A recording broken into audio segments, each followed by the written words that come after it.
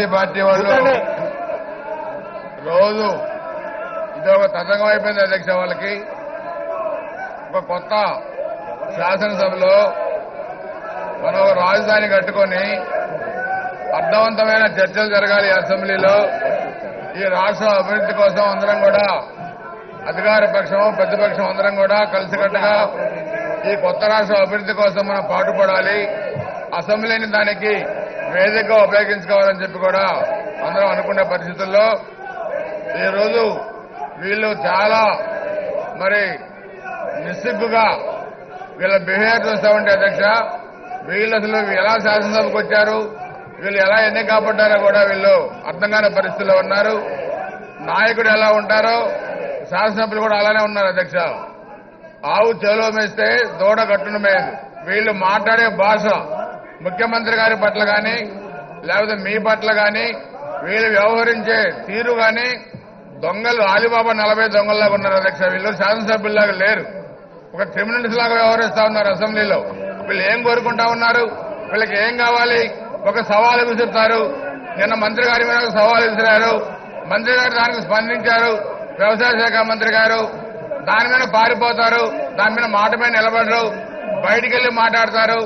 ఆయన ఏనుగంట, మిగతా వాళ్ళేం కుక్కలంటాం. ఈ భాష ఏంటి అధ్యక్ష, వీళ్ళు అర్థం కాని భాష. అదేవిధంగా నాకు చంద్రబాబు నాయుడు గారికి నక్కకి నాగలోకానికి కొంత తేడా ఉందంటారు. వాస్తవం అధ్యక్ష. ఈ ప్రతిపక్ష నాయకుడికి చంద్రబాబు నాయుడు గారికి ఏంటి పోలిక?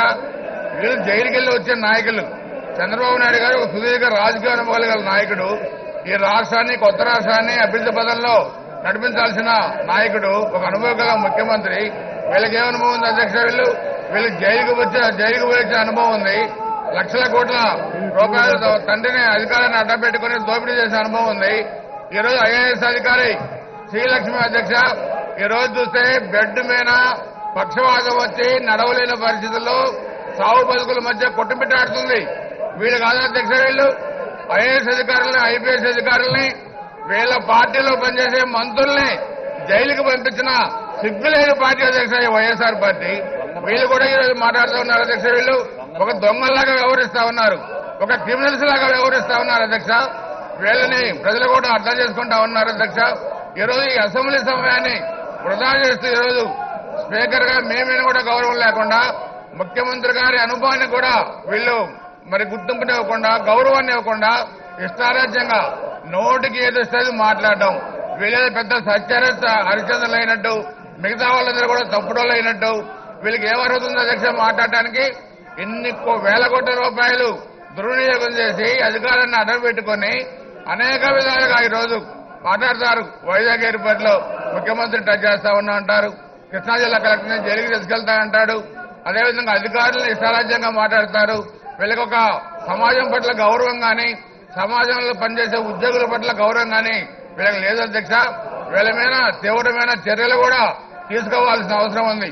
ఎందుకంటే ఇంకా 5 రోజులే మనకి అసెంబ్లీ సమావేశాలు ఉన్నాయి కాబట్టి ఈ సమావేశాలను కూడా మనం సద్వినియోగం చేసుకున్న దానికి ఇటువంటి దుర్మార్గుల్ని సభ నుంచి బయటికి పంపించి ఈ సభ సమయాన్ని దుర్వినియోగం కాకుండా చూసి ఈ రాష్ట్ర అభివృద్ధి కోసం మనం ఈ అసెంబ్లీ సమయాన్ని వినియోగించుకోవాలి అధ్యక్ష. ఇటువంటి క్రిమినల్స్ ని ఒక నీతి జాతి లేని ఒక పత్రిక, సాక్షి పత్రికనే పెట్టుకుని ఈరోజు ప్రభుత్వమైన ఇష్టారాజ్యంగా రాయటం, ఇష్టారాజ్యంగా ప్రచారం చేయటం, అదేవిధంగా ముఖ్యమంత్రి గారి మీద ఇష్టారాజ్యంగా రాయటం, మేమైనా కూడా లేని పని అపవాదులేసి మహిళా పార్లమెంట్ దాంట్లో కూడా మీరు అందాని మాటలు అన్నారని చెప్పి కూడా ఆ పత్రికల్లో వక్రీకరించడం, ఇవన్నీ కూడా చట్ట ప్రకారం చర్యలు తీసుకోవాలి. ఒక హద్దు అదుపు లేకుండా దేనికైనా మీడియా కూడా అధ్యక్ష ఒక హద్దు ఉంటుంది. హద్దు అదుపు లేకుండా విచ్చలవిడితనంగా అబద్దాలు రాస్తే ఆ మీడియా మీద కూడా మనం చర్యలు తీసుకోవాల్సిన అవసరం ఉంది. ఇటువంటి క్రిమినల్స్ గా వ్యవహరించాల్సిన శాసనసభ్యుల మీద కూడా మనం చర్యలు తీసుకోవాల్సిన అవసరం ఉంది అధ్యక్ష. కాబట్టి ఇప్పటికైనా మీరు స్పందించి ఈ విలువైన అసెంబ్లీ సమయాన్ని, మా సమయాన్ని, ప్రజల సమయాన్ని కాపాడవలసిన కోరుతా ఉన్నాను అధ్యక్ష. సూర్యారావు గారు,